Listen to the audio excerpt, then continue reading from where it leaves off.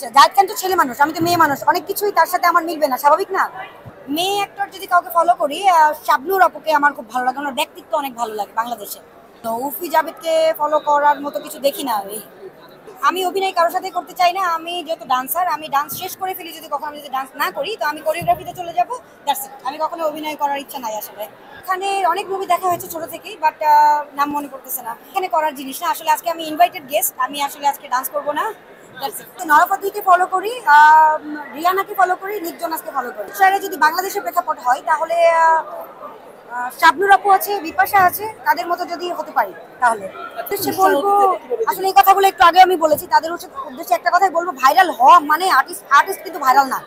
Viral ঠিক আছে, আর্টিস্টকে সবাই চিনবে, আর্টিস্ট অটোমেটিক্যালি ভাইরাল হয়ে যাবে। কারো কাছে যে কোনো কিছুর বিনিময়ে ভাইরাল হইতে চাই, বা ভাইয়া আমাকে কাজ দেন, অমুক দেন, তমুক দেন, আসলে কাজ এইভাবে পাওয়া যায় না, ভালো কাজগুলি এইগুলি প্রেফার করে না। সো আমরা একেবারে গ্রাম থেকে উঠে এসে নায়িকা হতে চাই, এই এই মেন্টালিটি আমাদের বাদ দিতে হবে।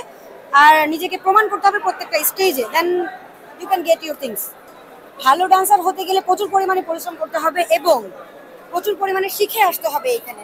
তারপরে আপনি দেখবেন যে আপনাকে কেউ বলতেছে না যে আমাকে অফার দিছে, অমুক দিছে, তমুক দিছে, না, ভালো কাজগুলি তো অফার হয় না।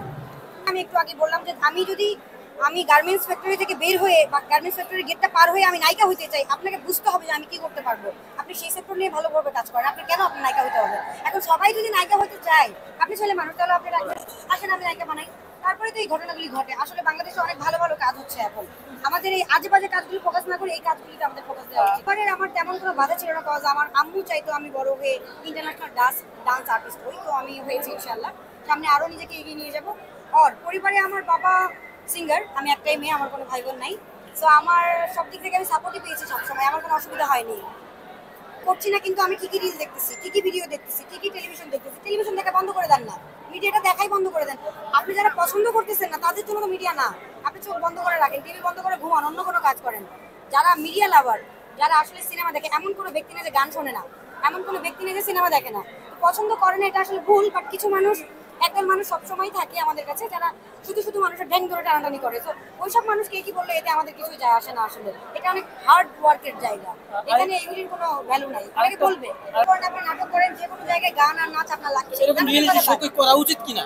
অবশ্যই রিয়েলিটি শো করা উচিত। এবং আমাদের যারা গ্রাম অঞ্চলে যারা আছে, তাদের ট্যালেন্ট নিয়ে তারা জন্ম হয় এবং ট্যালেন্ট নিয়ে তারা মারা যায়, তাদের ক্ষেত্রে আমি বলবো যাদের এখনো পর্যন্ত হাতে পাওয়ার আছে, আসলে কারো পাওয়ার দরকার নেই, এখন আমাদের হাতে ফোন আছে, ফোন থেকে আমরা কিন্তু নিজেদেরকে ভিডিও, ভালো ভালো ভিডিও করে নিজেদেরকে প্রমাণ করতে পারি। তো আসলে যারা হার্ড ওয়ার্কার, যারা ভালো কাজ করে, আমি সবসময় একটা কথাই বলবো, তারা কখনোই লুকিয়ে থাকে না, সুযোগ এইভাবেই কখনো না কখনো কোনোভাবে চলেই আসে, আজ না হয় কাল। তো নিজেকে ট্রাই করতে হবে, ট্রাই করতে হবে। মাঝপথে এসে অনেকে থেমে যায়, এটা করলে তো আসলে এখানে কারো কোনো দোষ নাই। রিয়ানাকে ফলো করি, তারপরে নিক জোনাসকে ফলো করি, তারা সিঙ্গার এবং ডান্সার দুটাই, তো ওদের লাইফস্টাইলটা ফলো করার চেষ্টা করি আমি ওদের। যদি বলা হয়, শাবনূরের বেশ কিছু আইটেম সং আছে, শাবনূরকে ফলো করি এক। দ্বিতীয়ত বিপাশা আপুকে অনেক ভালো লাগে, ওনাকে ফলো করি, দ্যাটস ইট। কাঙ্গনা রেনওয়াত, কাঙ্গনা রেনওয়াত মুম্বাইয়ের, আপনারা সবাই চেনেন যাকে।